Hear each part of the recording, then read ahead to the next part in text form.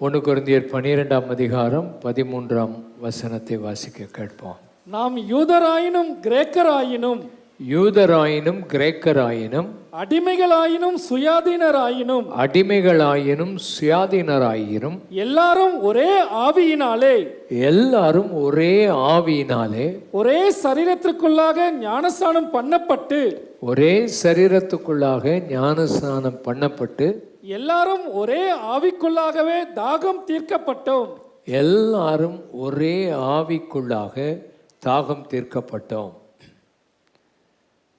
எல்லார் மேலும் இறங்குகிற ஆவியானவர், மாம்சமான யாவர் மேலும் இறங்கி வருகிற ஆவியானவர்.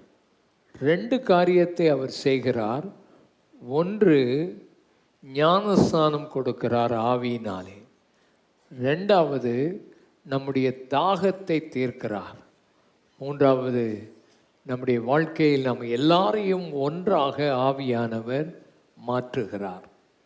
ஞானஸ்நானம் என்று சொல்லும்போது மனம் திரும்பினவர்கள் ஞானஸ்நானம் எடுக்க யோவான் ஸ்நானகன் அந்த ஞானஸ்நானத்தை குறித்து பிரசங்கித்து ஞானஸ்நானம் கொடுத்தான். ஞானஸ்நானம் எடுக்கும்போது தண்ணீருக்குள்ளே மூழ்கி தண்ணீரை விட்டு வெளியே வருகிறோம். அது எதன் அடையாளம்? இயேசு மரித்ததற்கு அடையாளம் தண்ணீருக்குள்ளே போவது. இயேசு உயிர்த்தெழுந்ததற்கு அடையாளம் தண்ணீரை விட்டு வெளியே வருவது. பழைய வாழ்க்கையும் பழைய மனுஷனையும் தண்ணிக்குள்ளே அடக்கம் பண்ணணும். தண்ணியை தெளித்து விட்டுறக்கூடாது. தண்ணிக்குள்ளே முற்றிலும் மறிக்கணும். தண்ணியை விட்டு வெளியே வரும்போது உயிரோடு பரிசுத்த ஜீவியம் செய்வதற்காக வரணும். ஞானஸ்நானம் உங்களை பரலோகத்துக்கு கொண்டு போகாது. ஞானஸ்நானம் உங்கள் உள்ளான வாழ்க்கையில் ஏற்பட்ட ஒரு வாழ்க்கையின் மாற்றத்துக்கு வெளிப்படையான ஒரு அடையாளம் என்பது. இது சர்ச்சில் மெம்பர்ஷிப்புக்கு உரியதல்ல. உங்கள் உள்ளான வாழ்க்கையில் நடக்கிற ஒரு மாற்றம், அதற்கு அடையாளமாக ஞானஸ்நானம் எடுக்கணும். பரிசுத்த ஆவியின் ஸ்நானம், யோவான் சொன்னார், என்னை விட வல்லவர் ஒருவர் எனக்கு பின்னே வருகிறார், அவர் உங்களை பரிசுத்த ஆவியினாலும் அக்கினியினாலும் உங்களுக்கு ஞானஸ்நானம் கொடுப்பார். அப்போ அந்த ஞானஸ்நானம் ஒரு அறிவியல் மூழ்குவது போல ஆண்டவர் நம்மை மூழ்கடிக்கணும். அந்த பரிசுத்த ஆவியானவர் அவர் அந்த ஞானஸ்நானத்தை நமக்கு கொடுக்கும்போது அக்கினியோடு கூட வருகிறார். அந்த ஞானஸ்நானம் பெற்ற போது பெந்தெகோஸ்தே நாளிலே அக்கினிமயமான நாவுகள் இறங்கி ஒவ்வொரு தலையின் மேலும் விழுந்தது. உன் மேலே பரிசுத்த அக்கினி இறங்கி வருகிற ஒரு அனுபவம் இந்த பரிசுத்த ஆவியானவருடைய அபிஷேகம். 2வது, உன் தாகத்தை தீர்க்கும் ஆவியானவர். இந்த ஆவியானவர் உனக்குள்ளே இருக்கிற வெற்றிடத்தை நிரப்ப, உன்னை விட்டு பாவங்கள், பாவக்கிரியைகள், அசுத்த பிசாசுகளின் கிரியைகள் வெளியாகும்போது உன்னை நிரப்பி உன் தாகத்தை தீர்க்கிற ஒரு ஜீவ நதியாக இந்த ஆவியானவர் உனக்குள்ளே வருகிற அனுபவத்தை பெற்றுக்கொள்ள வேண்டும். இந்த ஆவியின் அபிஷேகம் ஒவ்வொருத்தருக்கும் உரியது. அவர் இல்லாமல் உன்னால் வாழ முடியாது. ஆகினால் இதை மனதில் வைத்து கொள்ளணும். முதலாவது, இந்த ஆவியானவர் விடுதலை கொடுக்கும் ஆவியானவர். எழுதி வைத்து கொள்ளுங்கள். 2 கொரிந்தியர் 3:17 வாசிக்கும் போது, கர்த்தரே ஆவியானவர். அந்த ஆவியானவர் எங்கேயோ அங்கே என்ன உண்டு? விடுதலை உண்டு. சத்தமாக சொல்லுங்க, என்ன உண்டு? விடுதலை உண்டு. கர்த்தரே ஆவியானவர். ஆவியானவர் என்று சொல்லும்போது ஏதோ ஒரு காற்று அல்ல, ஏதோ ஒரு அலை அல்ல. ஆவியானவர் என்று சொல்லும்போது ஆள் தத்துவம் உடையவர். கர்த்தர் தான் ஆவியானவர். பிதா, குமாரன், பரிசுத்த ஆவியானவர். இந்த மூன்றும் மூன்று அல்ல, இந்த மூன்றும் ஒன்று. இந்த 3 பேரும் ஒரே தெய்வம். அல்லேலூயா. பரிசுத்த ஆவியானவர் தெய்வம். கைதட்டி அவரை பாராட்டுவோம். ஆவியானவரே, நீர் தெய்வம். அந்த தெய்வம் நமக்கு உள்ளே வந்து வாசம் பண்ணுகிறார். இந்த இருதயத்தை ஆலயமாக மாற்றி அதுக்குள்ளே வந்திருக்கிறார் என்றால் நாம் ஸ்லாக்கியம் பெற்றவர்கள்.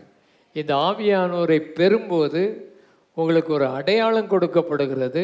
அந்நிய பாஷையில் நீங்கள் பேசுவீங்க. பல இடத்துல அதை பற்றி எழுதியிருக்கிறது. அதனால் அது அடையாளமாக கொடுக்கப்படுகிறது. அந்நிய பாஷை ஆவியானவர் அல்ல, ஆவியானவரை நீ பெற்றுக்கொள்வதற்கு ஒரு அடையாளமாக இந்த அந்நிய பாஷை இருக்கிறது. ஆகினால பரிசுத்த ஆவியானவர் வரும்போது நீங்கள் பலன் அடைவீர்கள்.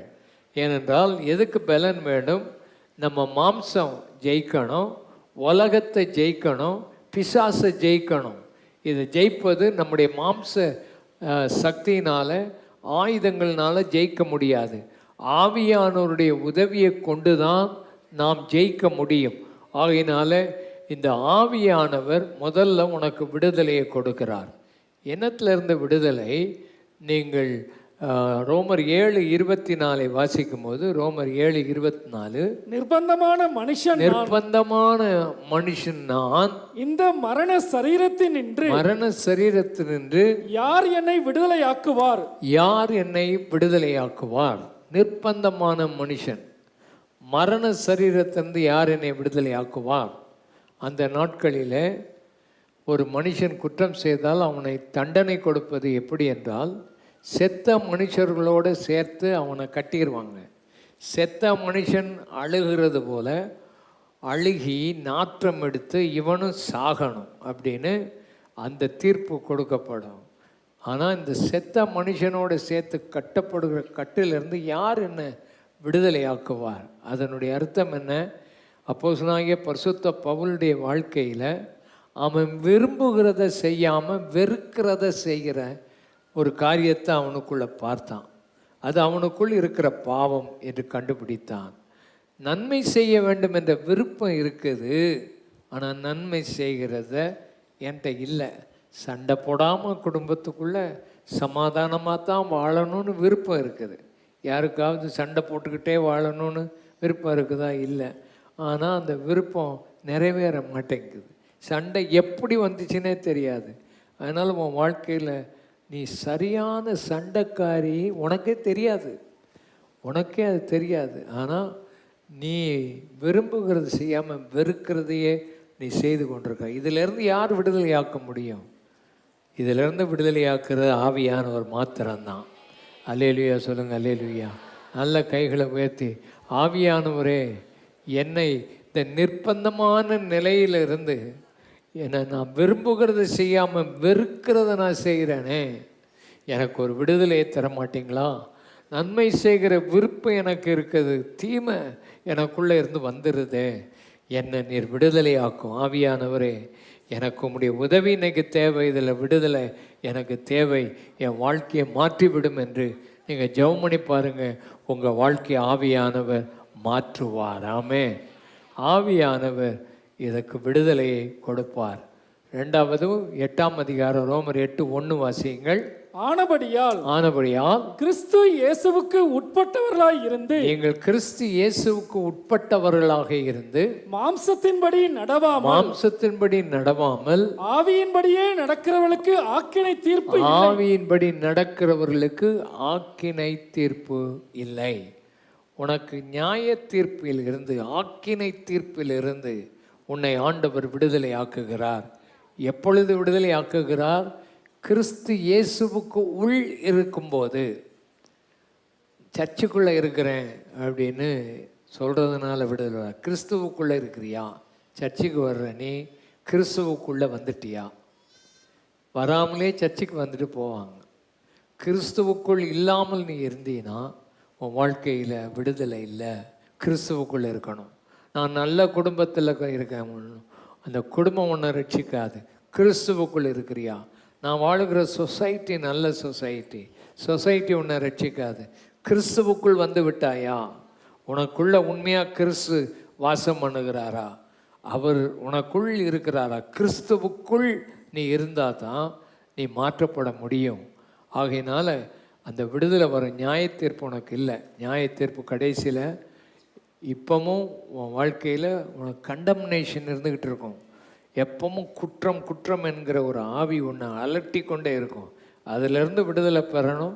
அடுத்தது கடைசி நியாய தீர்ப்பிலிருந்து விடுதலை பெறுறதுக்கு இயேசு நியாயம் தீர்க்கப்பட்டார், பிசாசும் நியாயம் தீர்க்கப்பட்டாயிற்று. இயேசு பாவத்தை சுமந்து சிலுவையில் நியாயம் தீர்க்கப்பட்டார். பிசாசை சிலுவையில் இயேசு அவன் தலையை நசுக்கி அவனை நியாயம் தீர்த்திருக்கிறார். அல்லேலுயா சொல்லுங்க, அல்லேலுயா. கைகளை சுற்றி பிசாசின் கிரியைகள் அவை எல்லாம் இயேசு ஜெயித்திருக்கிறார். நீ ஜெயிக்க முடியாது, அவர் ஜெயித்து வைத்திருக்கிறார். பிசாசு ஓடி போவான் அவனுக்கு எதிர்த்து நின்னா. உன் குடும்பத்தை அசைக்க முடியாத அளவுக்கு ஆண்டவர் உன்னோட கூட இருக்கிறார். அதனால் உனக்கு கடைசி நியாய தீர்ப்பு துன்மார்க்கர்களுக்கு தான் உண்டு. கடைசி நியாய தீர்ப்பு நீங்கள் படிக்கும்போது நீங்கள் அந்தி கிறிஸ்துவையும் கள்ள தீர்க்கதரிசியையும் 1000 வருட அரசாட்சிக்கு முன்பே அக்னி கடலில் தள்ளிடுறாங்க. 1000 வருஷ அரசாட்சி முடிஞ்ச பிறகு துன்மார்க்கரின் நியாய தீர்ப்பு. அந்த சமயத்தில் பிசாசு அக்னி கடலில் தள்ளப்படுறான். துன்மார்க்கர்கள் எல்லாரும் நியாய தீர்ப்பு அடைந்தார்கள். வெள்ளை சிங்காசன நியாய தீர்ப்பு உண்டு. இப்போ விசுவாசிகள் இயேசுவை ஏற்றுக்கொண்டவர்களுக்கு சின்ன தப்பு செய்தாலும் ஒரு நியாய தீர்ப்பு உனக்கு வந்துடும். இந்த உலகத்தில் உள்ள மனுஷர்களுக்கு நியாய தீர்ப்பு இப்போ இல்லை, மொத்தமாக சேர்த்து கொடுப்பார். மொத்தமாக சேர்த்து கொடுப்பார். சொன்னால் கேட்க மாட்டான். எத்தனையோ பேர்கிட்ட சொன்னால் கேட்க மாட்டான். இப்போ உன்னைய சரியாக ஆண்டவர் உன்னை நியாயம் தீர்ப்பார். மொத்தமாக நியாயம் தீர்க்கிற ஒரு நாள் வருது. அதனால் ஜாக்கிரதையாக இரு. ஆவியானவர் உன்னை ஆக்கினை தீர்ப்பிலிருந்து விடுதலை ஆக்குகிறார். அடுத்தபடியாக ஆண்டவர் 8ஆம் அதிகாரம் 2ஆம் வசனத்தை வாசிப்போம். கிறிஸ்து இயேசுவினாலே ஜீவனுடைய ஆவியின் பிரமாணம், ஜீவனுடைய ஆவியின் பிரமாணம் என்னை பாவம் மரணம் என்பவைகளின் பிரமாணத்தினின்று விடுதலை ஆக்கிற்று. பாவம் மரணம் என்கிற பிரமாணத்தினின்று விடுதலை ஆக்கிற்று. அப்போ ஆவியானவர் பாவம் மரணம் என்கிற பிரமாணத்திலிருந்து விடுதலை ஆக்குகிறார். எல்லாமே உலகத்தில் ஒரு பிரமாணத்தில் தான் ஓடிக்கிட்டு இருக்குது. இப்போ இருக்கிற பிரமாணம், பூமியில் இருக்கிற ஒரு பிரமாணம் புவியீர்ப்பு சக்தி ஒரு பிரமாணம். புவியீர்ப்பு சக்தி இருக்கிறதுனால தான் நம்ம எல்லாரும் இப்போ அமைதியாக ஒரு இடத்துல என்ன செய்துக்கிட்டு இருக்கிறோம், உட்காந்துக்கிட்டு இருக்கிறோம். இந்த புவியீர்ப்பு சக்தி நம்மளை பிடிச்சி இங்கே வைக்காமல் இருந்தால் நம்மெல்லாம் என்ன செய்துட்டு இருப்போம், பறந்துக்கிட்டு தான் இருப்போம். அங்கங்கே பறந்துக்கிட்டு இருப்போம். ஒரு வேலையும் செய்ய முடியாது, ஒன்றையும் ஒழுங்காக செய்ய முடியாது. இந்த புவியீர்ப்பு சக்தி என்கிற பிரமாணம் இருக்கிறது. அதே போல் பாவ பிரமாணங்களை பிரமாணம் நம்மளை இழுத்து இழுத்து இழுத்து கீழே தள்ள பார்க்கும். ஆனால் ஜீவனுடைய ஆவியின் பிரமாணம் நமக்கு உள்ளே வந்துட்டுன்னா நம்மளை இந்த புவியீர்ப்பு சக்தி இழுக்கிறது போல் பாவ சக்தி நம்மளை இழுக்க முடியாது. நாம் ஆவியின் பிரமாணத்தை கொண்டு பறக்க முடியும். ஆமே. எப்படி ஒரு பறவை பறந்து போகுது, அதுக்குள்ளே ஜீவன் இருக்கும் வரைக்கும் அது பறந்துக்கிட்டு இருக்கும். ஜீவன் போயிட்டுனா கீழே விழுந்துடும். ஆவியானவர் இல்லாமல் உன்னால் பறக்க முடியாது. எப்படி ஆகாய விமானம் இந்த புவியீர்ப்பு சக்தியை தாண்டி பறக்குதோ ஏரோ டைனமிக் மூலமாக, அந்த பிரமாணம் அதுக்குள்ளே இருக்கிறது போல் நமக்கு உள்ள ஆவியின் பிரமாணம் இந்த பாவம் மரணம் என்கிற பிரமாணத்திலிருந்து உங்களை விடுதலையாக்கி நித்திய ஜீவனுக்குள்ளே கொண்டு போகுது. அல்லேலுயா சொல்லும், அல்லேலுயா. எல்லாரும் 2 கை உயர்த்தி, ஆவியின் ஜீவனுடைய பிரமாணம் எனக்குள்ளே வரணும் ஆண்டவரே. பாவ பிரமாணம் மரண பிரமாணம் என்னை இழுத்து என்னை கீழே கொண்டு வராதபடி எனக்குள்ளே நீர் கொடுக்குற அந்த தேவ பலனும் சக்தியும் எங்களுக்குள்ள ஆழமாய் வரட்டும் ஆண்டவரே. அதிலிருந்து எங்களுக்கு மரணம் பாவத்திலிருந்து விடுதலை அளிக்கிற ஆவியானவருக்கு ஸ்தோத்திரம். ஆமென். ஆண்டவர் அப்படி செய்கிறதுக்காக ஸ்தோத்திரம். 3வது, பாவ வியாதியிலிருந்து பலவீனத்திலிருந்து ஆண்டவர் விடுதலை கொடுக்கிறார். நீங்கள் அடுத்த 3-4ஆம் வசனத்தை வாசியுங்கள். அது எப்படி எனில் மாம்சத்தினாலே பலவீனமாயிருந்த நியாயப்பிரமாணம் செய்யக்கூடாததை, மாம்சத்தில் பலவீனமாயிருந்த நியாயப்பிரமாணம் செய்யக்கூடாததை தேவனே செய்யும்படிக்கு, தேவனே செய்யும்படிக்கு தம்முடைய குமாரனை பாவ மாம்சத்தின் சாயலாகவும் ஆ, பாவத்தை போக்கும் பலியாகவும் அனுப்பி மாம்சத்திலே பாவத்தை ஆக்கினைக்குள்ளாக தீர்த்தார். இந்த நியாயப்பிரமாணம் பலவீனமானது. அது சொல்லும் அநேக காரியங்களை, ஆனால் ஒருத்தனும் அதனால் நீதிமானாக முடியலை. நியாயப்பிரமாணம் மக்களை விடுதலையாக்கலை. நியாயப்பிரமாணம் விடுதலையாக்கலை. எப்படி ஒரு ஆளுக்கு ஜுரம் வந்தால் எவ்வளவு ஜுரம் இருக்குன்னு ஜுரமானியை நாக்கில் வச்சா எவ்வளவு அளவுன்னு காமிக்கும் ஜுரம். அது வரைக்கும் பயப்படாமல் இருந்த ஆட்கள் ஜுரமானியை வச்சா 103 டிகிரி காய்ச்சல்னு சொன்னால் என்ன வந்துடும்? பயம் வந்துடும். அப்போ இந்த நியாயப்பிரமாணம் நமக்கு எவ்வளவு பாவம் இருக்கிறது என்பதை காமிக்கதை தவிர நியாயப்பிரமாணம் நம்மளை விடுதலையாக்க முடியலை. ஒரு வெயிட்டில் ஏறி நின்னா இப்போல்லாம் எடை குறையணும் அப்படின்னு சொல்லி வெயிட்டு குறையணும்னு சொல்கிறாங்க. ஏறி நின்னா வெயிட்டை காமிக்குது. வெயிட்டை பார்த்த உடனே நமக்கு ஒரு மாதிரி ஆகிரும். ஆனால் இந்த வெயிட்டை குறைக்கிறதுக்கு இந்த எடை ஏறி நிற்கிறீங்களே, அது ஏதாவது உதவி செய்யுமா? இல்லை, அளவைத்தான் காட்டும். ஜுரமானியும் அது உங்களுக்கு வியாதியிலிருந்து விடுதலை கொடுக்கறதுக்கு வல்லமை இல்லை. அதை போல் பிரமாணத்துக்கும் வல்லமை கிடையாது. வல்லமை எங்கே இருக்குதுன்னா, இயேசு நம்ம போல் மாம்சத்தில் வந்து பலியாக மாண்டதுனால. அல்லேலூயா. கை வைத்து அந்த ஆவியானவரை அனுப்பி பாவ மாம்சத்தின் சாயல்ல வெற்றியாய் அவர் வாழ்ந்தார். உங்களே என்னை போல ஒரு குடும்பத்தில் வாழ்ந்தார். அவருக்கு மனைவி இல்லாட்டாலும் குடும்பத்தில் என்னென்ன பிரச்சனை இருக்குதோ அவர் வாழ்க்கையில் அத்தனையும் அவர் அந்த வழியில் போய் வெற்றியாக வாழ்ந்தார். அந்த வாழ்க்கை தான் நம்மளை விடுதலையாக்கும். ஆகையினால விடுதலை தருகிற ஆவியானவர். ரெண்டாவது, ரோமர் 8ஆம் அதிகாரம் 5ஆம் வசனத்தை வாசிப்போம். அன்றியும் மாம்சத்தின்படி நடக்கிறவர்கள் மாம்சத்துக்குரியவைகளை சிந்திக்கிறார்கள். ஆவியின்படி நடக்கிறவர்கள் ஆவிக்குரியவைகளை சிந்திக்கிறார்கள். சிந்தையில் ஒரு மாற்றத்தை ஆவியானவர் கொடுப்பார். ஆவியானவர் பாவத்திலிருந்து விடுதலை கொடுக்கிறவர். சிந்தையில் உனக்கு ஒரு விடுதலை தருவார். ஆவியானவர் முதல்ல உனக்கு டெலிவரன்ஸ் கொடுக்கிறார்.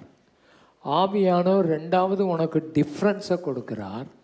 மூணாவது ஆவியானவர் உனக்கு ஒரு பெரிய டிலைட்டை கொடுக்கிறார், சந்தோஷத்தை கொடுக்கிறார். ஆவியானவர் இந்த 3 காரியத்தை செய்கிறார். என்ன டிஃப்ரென்ஸை உனக்கு கொடுக்கிறார்? ஆவியின்படி சிந்திக்க வைக்கிறார்.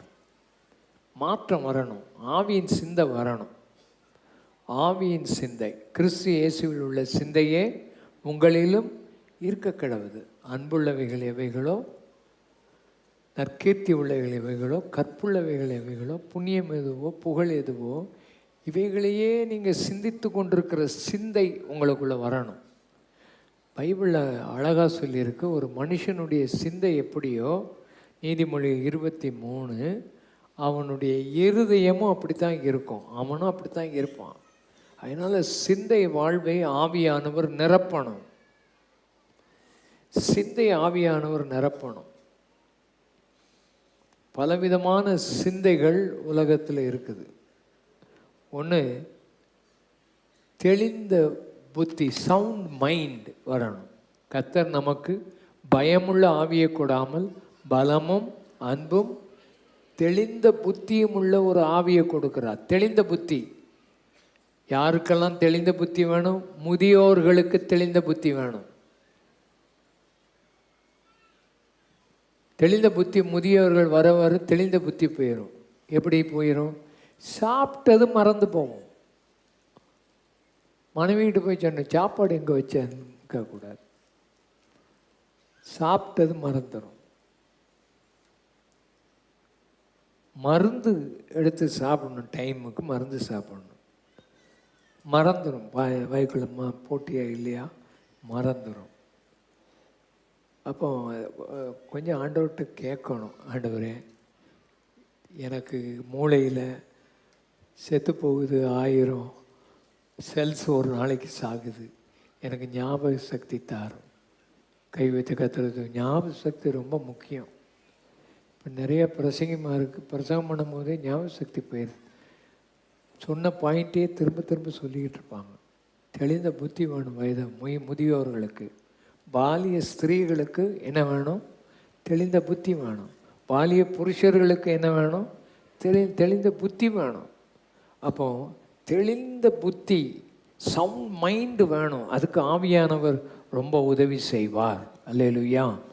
அடுத்தது, நீங்கள் மனக்கவலை உன் வாழ்க்கையில் வந்துட்டுன்னா தெளிந்த புத்தி போயிடும். மனக்கவலை, சவுண்ட் மைண்ட் வேணும்னா கவலையை விட்டு விலகிடணும். கவலை உன் மனசை அடைச்சிட்டுனா என்ன செய்யணும்னே தெரியாமல் ஒரு வேலையை நீ செய்ய முடியாது, ஜெபம் பண்ண முடியாது. முதல்ல தெளிவாக தூக்கம் வராது. கவலை வந்துட்டுனா சின்ன சின்ன காரியத்துக்கு தூக்கம் வராது. காரணம் தெளிந்த புத்தி. கவலை உன் மனதை அடைச்சிருது. கேடான சிந்தைக்கு நீ போயிடக்கூடாது. கேடான சிந்தைன்னு இருக்குது. உண்மையான தெய்வத்தை ஆராதியாமல் விக்கிரகத்துக்கு போயிட்டேன்னா கேடான சிந்தைக்கு அவங்கள ஒப்பு கொடுப்பார். ஏன்னா மகிமை தேவனுக்கு போகாமல் எல்லாத்துக்கும் வேறு மாதிரி போனால் உன் சிந்தையிலே கேடான சிந்தை, அழிக்கிற சிந்தை வந்துடும். கேடான சிந்தை, தவறான சிந்தை, மாம்ச சிந்தை வந்துடக்கூடாது. மாம்ச சிந்தை வருதா உனக்கு? புருஷங்கிட்ட ஒரு வாரம் பேசக்கூடாது அப்படின்னு சிந்தை வரும். அதுக்கு எஸ் ஆமேன். ஒரு வாரம் பேச மாட்டேன், ஒரு வாரம் சாப்பாடு செய்ய மாட்டேன், ஒரு வாரம் அம்மா வீட்டுக்கு போயிடும். இதெல்லாம் என்ன சிந்தை? கேடான சிந்தை. இதெல்லாம் நீ செய்துட்டு வீணா உன்னையே கெடுத்துக்கிடாத. உன் புருஷன் அவன் ரொம்ப சந்தோஷம், நீ போ உங்கள் அம்மா வீட்டுக்கு, நான் ஜாலியாக இருக்கிறேன் அப்படின்னு சொல்லி அவன் மாமனார் வீடா ஹோட்டலில் நல்லா சாப்பிடுவான். வாழ்க்கையில் கேடான சிந்தையை விடு, சரியான சிந்தை, மாம்ச சிந்தையை விட்டுரு. நல்ல சிந்தையை உனக்குள்ளே கேளு. அந்த மாதிரி சிந்தை வந்த உடனே தூக்கு போட்டு சாக போகிறேன் புருஷன்ட்டு சொல்லி அனுப்புவா. நீ வேலைக்கு போகிறோம், நீ வர்றதுக்கு முன்னால் நான் தூக்கில் தொங்கிக்கிட்டு இருப்பேன் அப்படின்னு சொன்னால் அவன் புருஷன் நிம்மதியாக வேலை செய்வானாங்க. அவன் ஃபோனை அடித்து பார்ப்பா, நீனும் எடுக்க மாட்டான். கேடான சிந்தைக்கு போகாத. வாழ்க்கையில் நல்ல சிந்தை வர்றதுக்கு பாரு. நான் தற்கொலை பண்ணி சாவேன், நான் அதை செய்வேன், இதை செய்வேன், இந்த மாதிரி சிந்தைகள் வரவிடாத. ஆவியானவர் உன்னை சிந்திக்க வைப்பாராக. கைகளை உயர்த்தி, ஆண்டவரே எனக்குள்ள நல்ல டிசையர் வரணும், காணல் சிந்தைகளை எங்களை விட்டு எடுத்து போடும் என்று சொல்லி right kind of thinking power எனக்கு தாரும். சரியானதை சிந்திக்கணும். அதுதான் ஆவியானவர் உனக்கு உதவி செய்வார். சரியானதை சிந்திக்க ஆண்டவர் உங்களுக்கு உதவி செய்வாராக. ரெண்டாவது, உங்கள் வாழ்க்கையில் ஆண்டவருடைய ஆவியானவர் டைரக்ஷன் கொடுப்பார், உங்களை நடத்துவார். ஆவியானவர் நல்ல வாஞ்சியை கொடுப்பார். உங்களுக்கு நல்ல சிந்தை வந்தால் உங்களுக்குள்ள ஜீவனும் இருக்கும், எண்ணமும் இருக்கும், சமாதானமும் இருக்கும். ஆவியின் சிந்தையில் உன் சிந்தை ஒரு மாதிரி ஆயிற்று, என் பிள்ளைகள் படிப்புக்கு என்ன செய்வேனோ தெரியாது, என் பிள்ளைகளுக்கு படிப்பு கிடைக்குமோ தெரியாது. போன வருஷம் நடத்தினார்ல ஆண்டவர், இந்த வருஷம் அவர் நடத்த மாட்டாரா? கை வைத்து கத்துற தோத்திரம் பண்ணும். இந்த வருஷம் அதை விட நல்லா நடத்துவார். நல்ல சிந்தை வரட்டும். என் பிள்ளைகளை ஆண்டவர் ஆசீர்வதிப்பார். விசுவாசத்தில் வளரணும், ஆண்டவர் தருவார். உன் வாழ்க்கையில் ஜீவன் இருக்குதா, சமாதானம் இருக்குதா? உன் சிந்தையில் ஜீவனும் சமாதானம் இல்லாமல் மரணம் வருதா? உன் சிந்தையை ஆண்டவர் மாற்றணும். சிந்தையில் டிரெக்ஷன் ஆண்டவர் தருவார். உன் பார்வையே மாறிடணும். பூமிக்குரியவைகளை நீங்கள் சிந்தியாமல் எதை சிந்திக்கணும்? மேலானவைகளை சிந்திக்கணும். மேலானவைகளை நீங்கள் பார்க்கணும். உங்கள் சிந்தையில் மாற்றம், டிரெக்ஷன் வரணும். மேலானவைகள், கிறிஸ்து இயேசு உட்கார்ந்திருக்கிற மேலானவைகளை தேடுங்கள். பூமிக்குரியவைகளை, பூமியில் உண்டு பண்ணுகிற உங்கள் அசுத்தமான கிரிகளை உண்டு பண்ண அவயவங்களை அழித்து போடுங்கள். மேலான சிந்தை வரட்டும். உன்னதத்தின் சிந்தை உனக்குள்ள வரட்டும். அந்த ஆவியானவர் உனக்கு அப்படிப்பட்ட ஒரு சிந்தையை கொடுப்பாராங்க. எப்பவும் உலக சிந்தை, எனக்கு எவ்வளோ பணம் கிடைக்கும், யாரை ஏமாற்றலாம், எப்படி காரியங்களை செய்யலாம், எப்படி தவறான காரியத்தை செய்து நமக்கு லாபத்தை உண்டாக்கலாம். இந்த மாதிரி சிந்தையை மாற்றிட்டு ஆண்டவர் மேலே, அவர் மேலே இருக்கிற அந்த சிந்தை உனக்கு டைரக்ஷன் மாறணும். ஆண்டவர் 3 இடத்துல ஆவியானவர் டைரக்ஷன் கொடுக்குறார். ஒன்று, அப்போஸ்தலர் 16:10 மக்கெதோனியா நாட்டுக்கு ஒருவன் வந்து அழைக்கிற சிந்தையை ஆவியானவர் அவனுக்கு போட்டார். பவுல் மக்கெதோனியா நாட்டுக்கு போனார். அங்கே ஒரு மனுஷன் எதிர்பார்த்து கொண்டிருந்தான். போன உடனே அவங்க நினச்சபடி ஒன்றும் நடக்கலை. அடியும் உதவியும் தான் அவங்களுக்கு கிடைச்சிச்சு. லீதியாளுங்கிற பெண்ணை சந்தித்தாங்க. ஒரு குறி சொல்லுகிற ஒரு பெண்ணை சந்தித்தாங்க. கடைசியில் தான் அந்த மக்கெதோனியா நாட்டில் ஒரு மனுஷன் வந்து அழைத்தானே, அந்த சிறைச்சாலைக்காரனையும் அவன் குடும்பத்தையும் ஒரே நாளில் மாற்றி, ஒரே நாளில் ஞானசான ராத்திரியை கொடுத்து அந்த ஊழியத்தை செய்ய முடிந்தது. அதை செய்தது ஆவியானவருடைய நடத்துதல். ஹல்லேலூயா. உன் குடும்பத்தையும் எதிர்காலத்தையும் உன் ஊழியத்தையும் நடத்துகிறவர் ஆவியானவர். ஆமென். ஐரோப்பா நாடுகளிலே அந்த நாளில் ஒரு எழுப்புதல் உண்டாக அந்த தரிசனம் கிடைத்தது. ஆசியாவுக்கு அப்போ போக நினைத்த போது டைரக்ஷனை ஆண்டவர் மாற்றி அமைத்தார். அல்லேலூயா சொல்லுங்கள். அல்லேலூயா.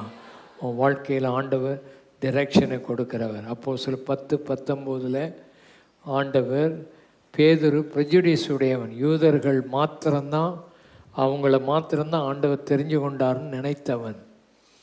ஆனால் ஆண்டவர் புறஜாதிகளையும் தெரிந்து கொண்டார் என்று அந்த நடத்துதலை டைரக்ஷனை மாற்றி விட்டார். புறஜாதிகள் கொர்நேலியின் வீட்டில் அங்கே இருந்தபோது ஆண்டவர் அவனுக்கு ஒரு தரிசனத்தை கொடுத்து அவனை மாற்றி பேசாமல் ஒரு 3 பேர் உன் வீட்டை தேடி வந்திருக்கிறாங்க, அவங்க கூப்பிட்ற இடத்துக்கு போன ஆண்டவர் சொல்லி அங்கே நடத்தின போது புறஜாதிகள் எல்லாரும் அபிஷேகம் பெற்ற அந்த அனுபவம் ஆவியானவர் நடத்தி புறஜாதிகளாகிய நாம் இன்றைக்கு அந்த அபிஷேகத்தை பெற ஆண்டவர் அன்றைக்கே தீர்மானம் பண்ணி இருந்தார். அல்லேலூயா சொல்லுங்கள். ஆமென். ஒருவரை கூட ஆவியானவர் விடணும்னு விரும்பலை. மாம்சமான யாவர் மேலும் அவர் இறங்கி வரணும். அதனால் இந்த மாதிரி உன் வீட்டில் நீ உட்கார்ந்துருக்கும் போது ஆண்டவர் டைரக்ட் பண்ணுவார். இந்த வீட்டுக்கு போ, அங்கே போய் வீண் கதையை பேசுகிறாத, அங்கே போய் ஆவியானவரை பற்றி பேசு, அங்கே ரட்சிப்பை பேசு, அங்கே எப்படி ஆயினும் அவங்க வாழ்க்கையில் மாற்றத்தை கொண்டு வரணுங்கிற ஒரு மாற்றத்தை உனக்குள்ளே தருவார். டைரக்ஷன் கொடுப்பார். நான் ஒரு தடவை ஒரு கிராமத்துக்கு சுவிசேஷ ஊழியம் செய்ய போகும்போது அங்கே 6 மணிக்குள்ளே போய் சேரணும். 6 மணிக்கு மேலே போய் சேர்ந்தால் எல்லோரும் தண்ணி போட்டுட்டு தான் இருப்பான். அங்கே ஒருத்தனும் வசனத்தை கேட்க மாட்டான். அப்போ போனால் 6 மணிக்கு முன்னால் போயிடணும். போனால் எனக்கு கார் போக முடியலை. அங்கே ஒரு ஆக்சிடெண்ட் ஆகி கார் போக முடியல. ஆண்டவர்கிட்ட கேட்டேன், ஆண்டவரே அந்த இடத்துக்கு நான் போகணுமே, போக முடியலையே. ஆண்டவர் சொன்ன காரெல்லாம் அங்கே நிப்பாட்டிட்டு இந்த வழியாக போன்னு சொன்னார். எழுப்பி நடந்து போயிட்டே இருக்கேன். அப்போ ஒருத்தன் ஒரு வீட்டில் இருந்து தலையை நீட்டி ஐயா ஐயான்னு கூப்பிட்டான். உள்ளே போனேன். அவன் வயிற்று வலியில் ரொம்ப கஷ்டப்பட்டுக்கிட்டு இருந்தான். 3 நாள் சாப்பாடு செய்யாமல் அவன் வீடு அடுப்பெல்லாம் அப்படியே இருந்துச்சு. அவனுக்கு ஜெபம் பண்ணி அவனுக்கு உதவி செய்துட்டு வந்தேன். அன்னைக்கு அடுத்த வாரம் சர்ச்சுக்கு வந்தான். இன்றைக்கி அவன் ஒரு நல்ல ஊழியக்காரனாக இருக்கிறான். ஆண்டவர் உன்னை நடத்துவார். அதனால் ஆவியானவர் நடத்துகிறபடி ஊழியம் செய்தால் நிச்சயம் ஆசீர்வாதம் டைரக்ஷன் இருக்கும். பிலிப்பு ஆண்டவர் நடத்தின அப்போஸ்தலர் 8:29 வாசிக்கும்போது நாம் அங்கே பார்க்கிறோம், ஆவியானவர் நீ போய் அந்த ரதத்துடனே சேர்ந்து கொள் என்று பிலிப்புடனே சொன்னார். ஆவியானவர் நல்லா பேசுவார். ஆவியானவர் உன்னோட பேசுவார். அதை கேளு. ஆவியானவர் எங்கேருந்து பேசுவார்? உள்ளே இருந்து பேசுவார். ஆவியானவரால் நிரம்பியிரு. உள்ளத்தில் ஆண்டவர் பேசுவார். காதில் வெளியே இருந்து சத்தம் கேட்குன்னு நினைக்காத. அது பழைய ஏற்பாட்டு காலத்தில். இப்போ ஆவியானவர் நமக்கு உள்ளே இருக்கிறார். அவர் பேசினா எங்கேருந்து பேசுவார்? உள்ளே இருந்து பேசுவார். அப்போ ஆவியானவர் உங்கள்கிட்ட பேசுகிறாரா? உள்ளே இருந்து. அந்த சத்தம் ரொம்ப முக்கியமானது. இங்கே சொல்கிறார், நீ இப்போ வனாந்தரத்தில் ஓடு, அந்த போய் அங்கே ஒரு ரதம் ஓடிக்கிட்டு இருக்கு, அங்கே போய் சேர்ந்துக்கொள். அங்கே ஒரு மந்திரி இருக்கிறான், அவனை ஆண்டவருக்குள்ளே நடத்தி ஞானஸ்தானம் கொடுத்து ஆவியானவரை அவனை தூக்கிட்டு போகிறார். இப்படி ஒரு அனுபவத்தை நம்ம பார்க்குறோம். ஆவியானவர் தூக்கி சுமப்பார். ஆவியானவர் நம்மோட பேசி நடத்துவார். உன் வாழ்க்கை ஆவியானவரால் நடத்தப்பட நம்ம ஜெபம் பண்ணுவோம். 2 கைகளை நல்லா உயர்த்தி, ஆவியானவரே, நாங்கள் உம்மால் நடத்தப்படணும்.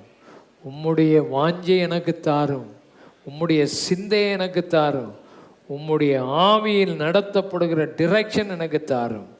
3வது, உனக்கு ஆவியான ஒரு நல்ல டிவோஷனை தருவார். இயேசுவை நேசிக்கிற ஒரு டிவோஷன், அவர் மேலே பிரியமாக இருக்கிற டிவோஷனை கர்த்தர் தருவார். வாசிக்கலாம்.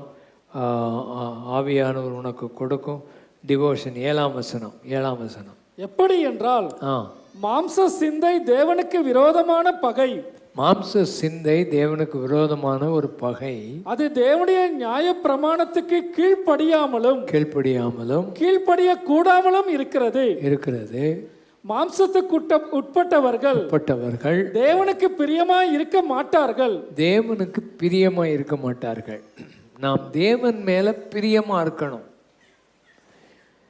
அந்த சிந்தை நமக்குள்ள வரணும். டிவோஷன் இயேசுவின் மேல இருக்குதா உனக்கு? உன் தேவனாகிய கர்த்தரை முழு இருதயத்தோடும், முழு ஆத்மாவோடும், முழு பலத்தோடும், முழு சிந்தையோடும் அவர்கள் அன்பு கூறுவாயாக. உன் சிந்தை எதில் இருக்குது? ஐபிஎல் கிரிக்கெட்டில் இருக்குதா? உன் சிந்தை ஃபுல்லாக ஐபிஎல் கிரிக்கெட் பார்க்குறது தப்பு ஒன்றும் இல்லை, பாவம் இல்லை. ஆனால் ஆண்டவர் கொடுக்குற நேரத்தை விட ஆண்டவரை போய் ஜெபம் பண்ணிவிட்டு கொஞ்ச நேரம் போய் கிரிக்கெட் பாரு. இல்லை ஹைலைட்ஸை மாத்திரம் ஒரு 10 நிமிஷம் பார்த்து முடிச்சிடறேன். சும்மா உட்காந்து அவன் லொட்டுன்னு வச்சுக்கிட்டு இருக்கிறத பார்த்து நீயும் ஒரு மாதிரி லொட்டாக மாறிடுவ. நீ உன் சிந்தையை மாற்று. டிசைர் எங்கே இருக்குது? பணம் பணம் பணம் பணம். எப்போ பார்த்தாலும் வியாபாரம், எப்போ பார்த்தாலும் பணம். வீட்டையும் பிள்ளைகளையும் பற்றி கவலையே இல்லை. பிஸ்னஸுக்கு போகிற சிந்தையெல்லாம் அதில். யாரை எப்படி ஏமாத்தினா, எங்கே கமிஷன் வச்சா எனக்கு. சில ஆட்களை ஒரு இடத்துக்கு திங்ஸை வாங்கி அனுப்புனா கடைக்காரங்கிட்ட சொல்லி சீட்டை மாற்றி கொஞ்சம் அதிக விலையை போட்டிருப்பா, நீ எடுத்துக்க, எனக்கு அதில் கொஞ்சம் கமிஷனை கொடுத்துருன்னு வாங்கிட்டு வரான். இந்த கமிஷன் பிஸ்னஸ் உன் சிந்தையில் இருக்கக்கூடாது. உன் வாழ்க்கையை சரியாக மாற்று. சம்பளம் வாங்குகிற சம்பளத்தை கர்த்தர் ஆசீர்வதிக்க. கிம்பளம் வாங்காத. எல்லாரும் வாங்கினாலும் நீ வாங்காத. உன் சிந்தை மாறட்டும், உன் வாழ்க்கை மாறட்டும். ஆண்டவர் மேலே பிரியம் வச்சிரு.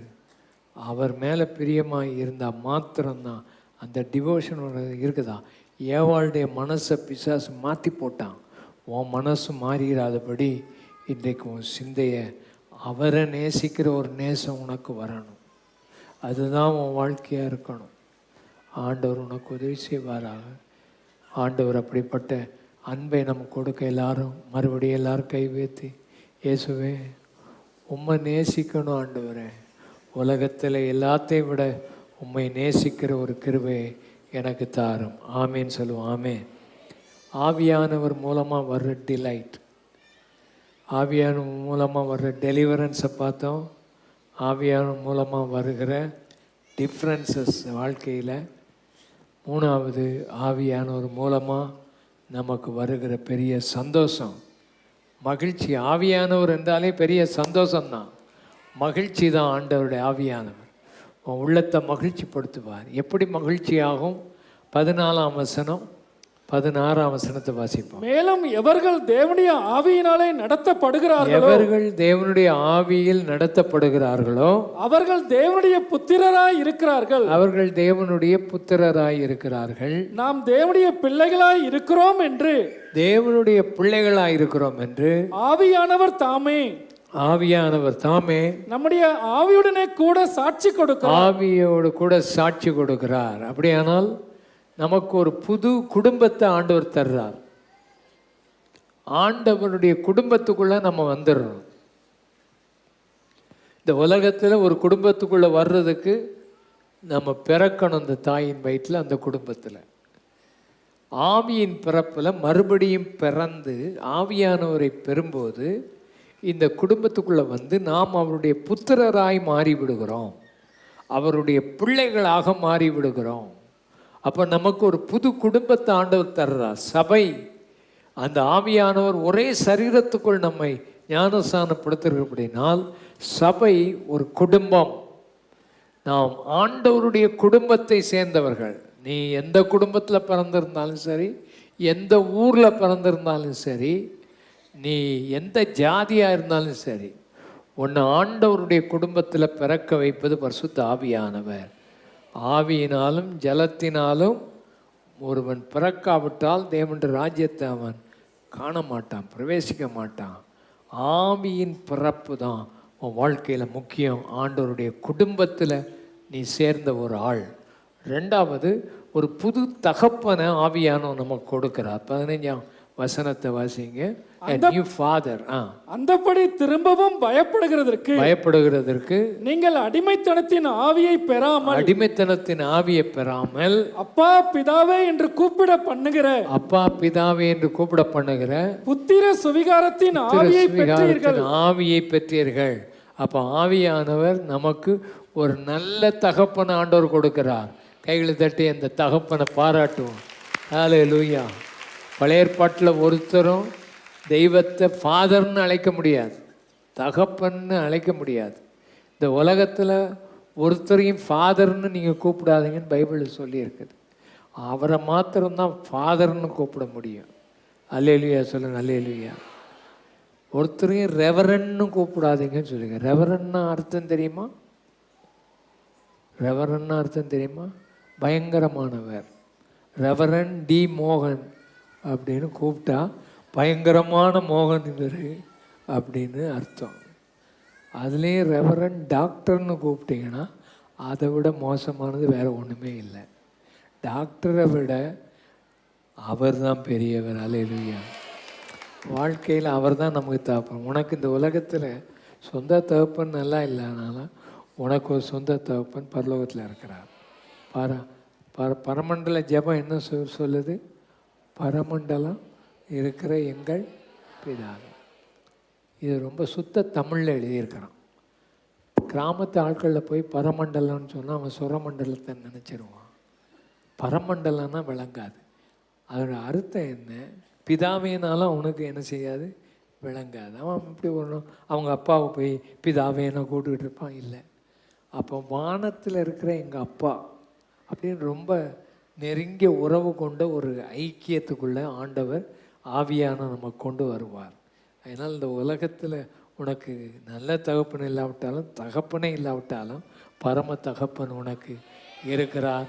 அது ஆவியானவர் அந்த புதிய தகப்பனை உனக்கு கொடுக்கிறார்னு பார்க்குறோம். மூணாவது நாம் வாசிக்கும்போது 17வது வசனத்தை 8ஆம் அதிகாரம் 17ஆம் வசனம். ரோமர் 8:17. நாம் பிள்ளைகளானால் சுதந்திரரும் ஆமென். பிள்ளைகளானால் நமக்கு சுதந்திரம் கிடைக்குது. தேவனுடைய சுதந்திரரும் கிறிஸ்துவுக்கு உடன் சுதந்திரரும் ஆமென். கிறிஸ்துவுக்கு உடன் சுதந்திரம்னா சொத்துல பங்கு நமக்கு ஆண்டவர் கொடுக்கிறார். உலகத்தில் உனக்கு ஒரு சொத்துமே இல்லாட்டா உனக்கு சொத்து, சிறந்த சொத்து இயேசு. எத்தனை பேர் விசுவாசிக்கிறீங்க? ஆவியானவர் உனக்கு தர்றார். உனக்கு ஆவியானவர் உனக்கு தர்றார். இந்த உலகத்தில் உனக்கு சொத்து இருந்தாலும் அதை பெருசாக நினைக்காத. அதெல்லாம் அழிஞ்சு போகும். நீ செத்து போனால் அது உன் கூட வராது. ஆனால் இந்த சுதந்திரம் செத்த பிறகு நீ அனுபவிக்க முடியும். எல்லோரும் கை வைத்து அல்லேலூயா சொல்லுங்கள். அல்லேலூயா. ஆண்டவர் எனக்கு கொடுத்த இந்த சுதந்திரம், சொத்து, மகிமையான ஐஸ்வர்யத்தை உடைய ஆண்டவர் உனக்கு சொத்தாக மாறுறார்.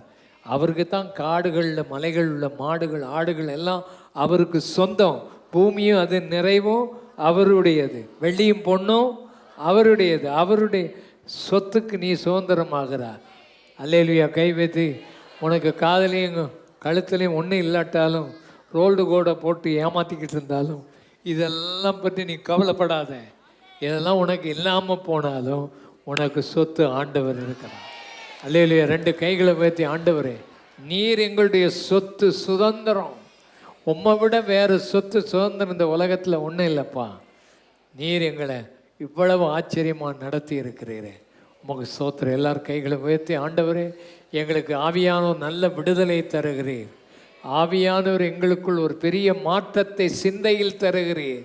எங்கள் ஆவியில் நாங்கள் சந்தோஷமாக இருக்கிற எங்களுக்கு தகப்பனாக உங்கள் குடும்பத்தில் எங்களை இணைச்சி எங்களுக்கு சொத்து சுதந்திரத்தை நீர் தாராளமாய் தந்திருக்கிறீர். உமக்கு நன்றி சொல்லுகிறோம். ஆமேன். எல்லாரும் ஆமேன் சொல்லி கைகளை அசைத்து கர்த்தரை தோத்திரம் பண்ணுவோம். ஆண்டவருடைய கரம் கூட இருப்பதாக. கண்களை மூடி நாம் ஜெபம் பண்ணுவோம்.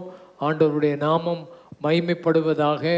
ஆண்டவருடைய கரம் இறங்கி வரட்டும். ஆண்டவரே, எனக்கு பரிசுத்த ஆவியானவர் தேவை. அவர் என்னை விடுதலையாக்க இருக்கிறார். அவர் என் மனதில் இருக்கிற சிந்தையெல்லாம் மாற்றி எனக்கு ஜீவனையும் சமாதானத்தையும் கொடுக்கணும். இந்த ஆவியானவர் எனக்கு பெரிய சந்தோஷத்தை கொடுக்கணும். என் வாழ்க்கையை ஆவியானவர் மாற்றணும்.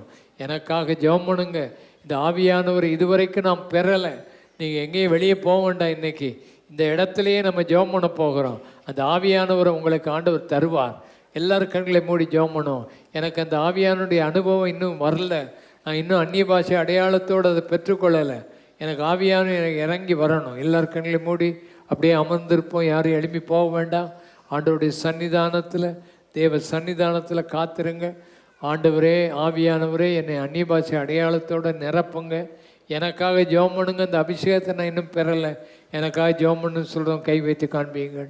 உங்களுக்காக ஜெபம் பண்ண விரும்புகிறேன். சீக்கிரம் யாரெல்லாம் இந்த அபிஷேகத்தை பெறணும் விரும்புகிறீங்க கை வைத்து காண்பீங்கள். நீங்கள் ஒரு நிமிஷம் எழும்பியிருக்கும்படி உங்களை கேட்குறோம். சீக்கிரமாக எழும்பிருங்க. உங்களை ஆண்டவர் ஆசீர்வதிப்பார். முன்னால் வாங்க, உங்களுக்காக ஜெபம் பண்ணுவோம். முன்னால் வாங்க. சீக்கிரமாக நீங்கள் இடம் விட்டு முன்னால் வாங்க. கொஞ்ச நேரம் எல்லோரும் ஒருமனப்பட்டு அந்நிய பாஷையில் பேசுங்க. முன்னால் வர்றவங்க இந்த அபிஷேகத்தை எப்படி பெறணும், தாகமாக இருக்கணும், வாஞ்சியாக இருக்கணும், முன்னால் இந்த இடத்துக்கு வந்துடுங்க. ஆண்டவர் உங்களை ஆசீர்வதிப்பார். இங்கே முன்னால் உட்காந்துருக்கோம், கொஞ்சம் பின்னால் தள்ளி போங்க. ஆவியானவர் உங்கள் பிள்ளைகளை நிரப்பட்டும். இந்த ஆவியானவர் எப்படி நீங்கள் பெற்றுக்கொள்ளணும், வாஞ்சியோடு இருக்கணும், தாகத்தோடு இருக்கணும். ஆவியான உங்களை நிரப்புவார். ஆண்டவரே, என் வாழ்க்கையில் என்னை நிரப்பும் ஆவியான கேளுங்க. உங்களுக்குள்ள பாஷையை தருவார். நீங்கள் அந்த பாஷையை பேசணும் விசுவாசத்தோடு. ஆண்டவர் உங்களுக்கு அந்த ஆவி நிரப்ப தருவார். தகப்பன் உங்கள் பிள்ளைகளுக்கு நல்ல ஈவுகளை கொடுக்க அறிந்திருக்கும் போது பரமபிதாவாகிய நான் தம்மிடத்தில் வேண்டிக் கொள்கிறவர்களுக்கு பரிசுத்தாவியை கொடுப்பது அதிக நிச்சயம் அல்லவா? ஆவியான நிரப்படும். எல்லாரும் அந்நிய பாஷையில் பேசி கண்களை மூடி கொஞ்ச நேரம் ஆவியானவரே, என்னை நிரப்பும் ஆண்டவரே, என்னை நிரப்பும் ஆண்டவரே. எனக்கு ஜீவன் வேணும், எனக்கு சமாதானம் வேணும், என் வாழ்க்கையில் அற்புதம் வேணும், நடக்கணும், பெரிய காரியங்களை செய். எல்லாரும் கைகளை நல்லா உயர்த்தி ஆவியானவரே பெரிய காரியத்தை செய். அந்நிய பாஷைகளை பேசுங்க. ஆமே. அக்கினியாய் இறங்கிடுமே, அக்னி நாவாக இறங்கிடுமே, காற்றாக வீசிடும் ஆண்டவரே. ஆண்டவரே, பெருங்காற்று வேணும் ஆண்டவர். எல்லாரும் அந்த பாடலை பாடும்போது ஆவியில் நிரம்பி ஆண்டவர் உங்களை அபிஷேகம் பண்ணும்போது நிரப்புவார். ஆண்டவர் ஒன்று நிரப்புவார். வேறு பாஷைகளை நீ பேசுவார். ஆமே. பயப்படாத, விசுவாசத்தோட உன் பாத்திரத்தை முதல்ல வெறுமையாக்கு.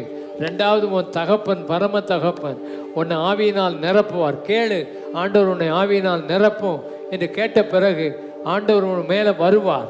அப்பொழுது நீ அந்நிய பாஷைகளை பேசி நல்ல விசுவாசத்தோடு பேசு. ஆண்டவருடைய கரம் இறங்கி வரட்டும். எல்லாரும்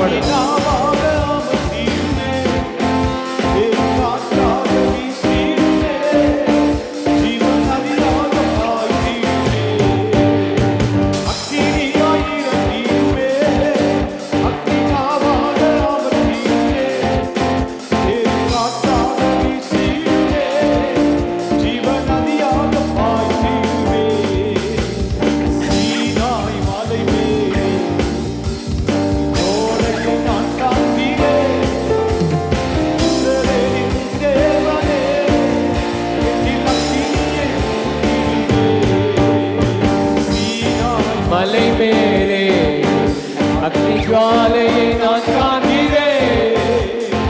இஸ்ரவேலின் தேவனே, என்னில் அக்கினியை ஊற்றிடுமே. அக்கினியாய் எல்லாரும் கை தட்டி அக்கினாவாக ஊற்றிடுமே, பெரும் காற்றாக வீசிடுமே.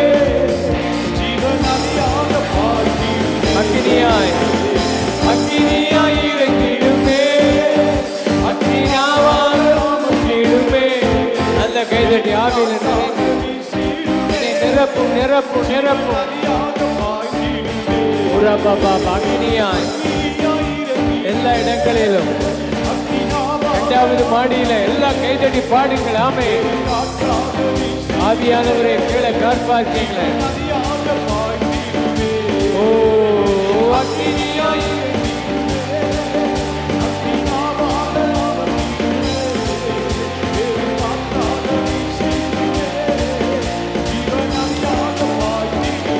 அக்கினி அக்கினி அக்கினி அக்கினி. பேசு விட்ட பாஷைகள் திரும்ப பேசு.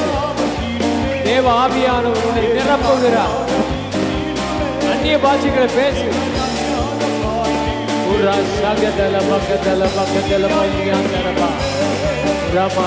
விடுதலை விடுதலை அக்கினி வல்லமை அபிஷேகம் அபிஷேகம் அபிஷேகம்.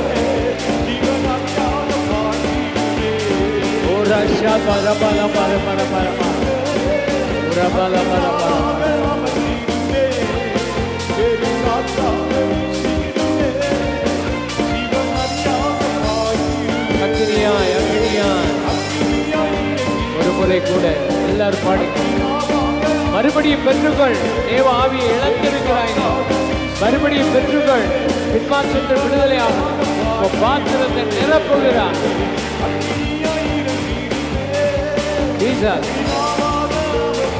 அந்நிய பாஷைகளை பேசு. வேறு பாஷைகளை பேசு. மனசை விட்டு வெளியே வா வெளியே வா.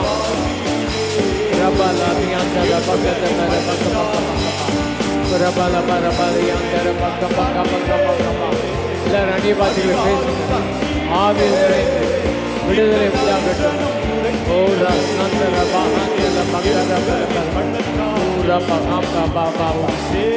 நிரப்புகிறார். வேறு பாஷைகளை பேசுவாயா. வேறு பாஷைகளை பேசுவாயா. நல்ல கைகளை நல்லா உயர்த்தி ஆண்டவரை நோக்கி பார்த்து என்னை நிரப்பும் ஆண்டவர்.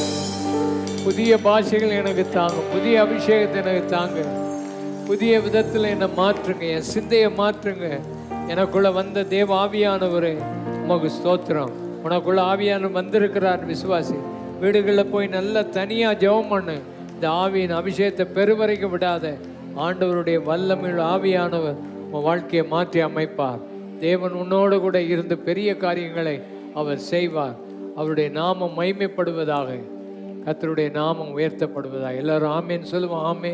மெதுவாக உங்கள் இடத்துக்கு போங்க. கர்த்தர் உங்களை ஆசீர்வதிப்பார். அபிஷேகம் பெற்றவங்க உங்கள் பேர் விலாசத்தை கொடுத்துட்டு போங்க. உங்களுக்காக ஜெபம் பண்ணுவோம். இப்பொழுது காணிக்கைகளை கையில் எடுத்துக்கொள்வோம். குழந்தை பிரச்சனைக்கு யாராவது கொண்டு வந்திருந்தீங்கன்னா கொண்டு வாங்க. கைகளில் காணிக்கைகளை எடுத்துக்கொள்வோம். காணிக்கை எடுக்கிறவர்கள் ஜெபம் பண்ணுவோம். இந்த நேரத்தில்